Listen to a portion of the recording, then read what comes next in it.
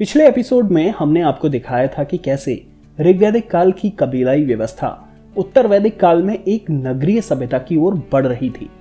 सिंधु सभ्यता के हजारों साल बाद 6ठी शताब्दी ईसा पूर्व में भारत में दूसरी नगरीय सभ्यता का उदय होता है। इस दौरान विशाल संगठित राज्यों की भारत में शुरुआत हुई, जिन्हें महाजनपद कहा जाता है। इन महाजनपदों की संख्या 16 थी। बौद्ध ग्रंथ अंगुत्तर निकाय और जैन ग्रंथ भगवती सूत्र में इनका वर्णन मिलता है। हालांकि अलग अलग ग्रंथों में इन महाजनपदों के नाम अलग अलग दिए गए हैं। ये महाजनपद उत्तरी अफगानिस्तान से लेकर बिहार तक और हिंदू कुश से लेकर गोदावरी नदी के पास तक फैले हुए थे। इन महाजनपदों में 2 प्रकार की व्यवस्था थी, ज्यादातर में राजतंत्रात्मक और कुछ में गणतांत्रिक शासन। इन महाजनपदों में से 3 महाजनपद आज के बिहार में हैं। अंग, ये महाजनपद मगध राज्य के पूर्व में स्थित था। इसकी राजधानी चंपा थी। आज का भागलपुर और मुंगेर का क्षेत्र इसी जनपद में शामिल था। मगध, इस राज्य की राजधानी गिरिव्रज या राजगिरी थी। मौजूदा पटना से लेकर गया जिले का क्षेत्र इसका हिस्सा थे। सभी महाजनपदों में सबसे शक्तिशाली राज्य के तौर पर मगध ही उभर कर सामने आता है। वज्जी, जिसे व्रजी भी कहा जाता है, 8 जनपदों को मिलाकर एक गणराज्य था, जिसमें विश्व का पहला लोकतंत्रात्मक शासन था। यहाँ की राजधानी वैशाली थी।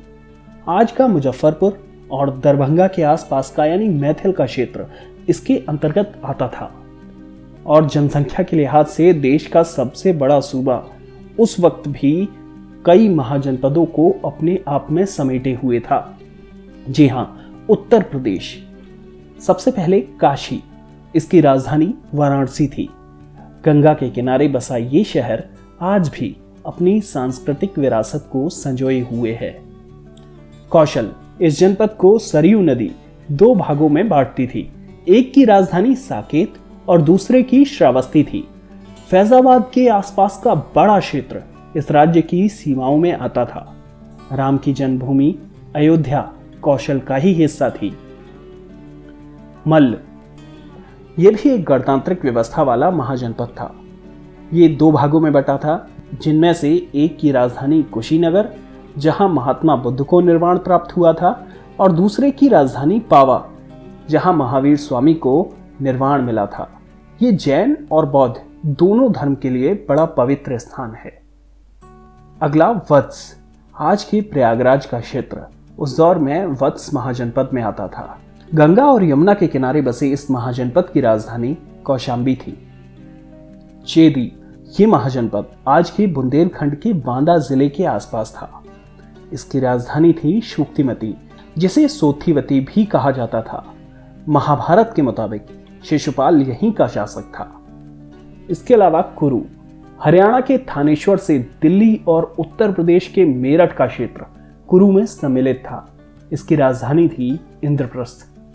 इसके अलावा पांचाल, रुहेलखंड यानी बरेली के आसपास का क्षेत्र और उससे आगे बदायूं से लेकर फर्रुखाबाद तक का क्षेत्र पांचाल महाजनपद में आता था।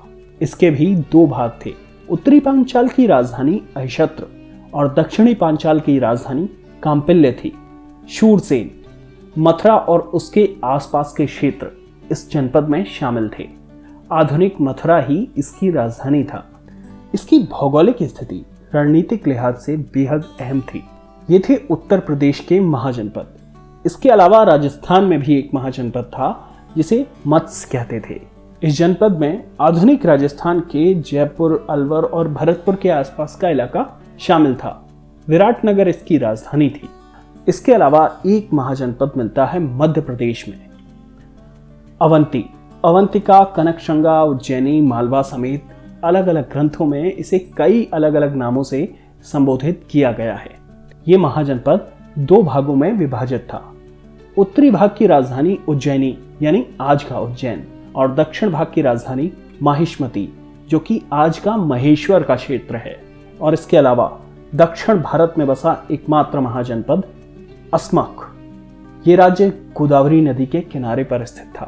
पाटन, जिसे पोटली या कई और नामों से भी पुकारा जाता है, वो उसकी राजधानी थी। आधुनिक भारत के बाहर भी 2 महाजनपद थे। पहला कंबोज, अफगानिस्तान का कुछ क्षेत्र और हिंदुकुश पर्वत के आसपास का इलाका इस महाजनपद में शामिल था। राजपुर इसकी राजधानी थी। दूसरा महाजनपद था गांधार। इस जनपद में काबुल से लेकर पेशावर, रावलपिंडी एक बहुत बड़ा भाग शामिल था। इसकी राजधानी तक्षशिला, जो कि एक विद्या का बड़ा केंद्र थी, जहां देश विदेश से हजारों विद्यार्थी पढ़ने के लिए आते थे। 16 महाजनपदों में मगध, कौशल, वत्स और अवंती सबसे ज्यादा शक्तिशाली महाजनपद थे।